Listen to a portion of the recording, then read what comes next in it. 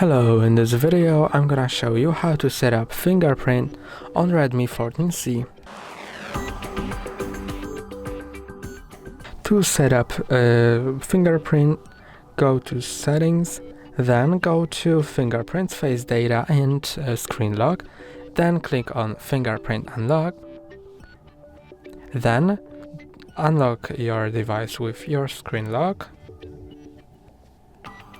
And now find the fingerprint scanner, which is on the power button, tap on it, then release, and repeat a few times. Remember to move your finger slightly between each scan so it scans the whole area. And now you can add a name, then tap on Done. And now it's added, and when I lock my phone and tap on the fingerprint sensor, it unlocks.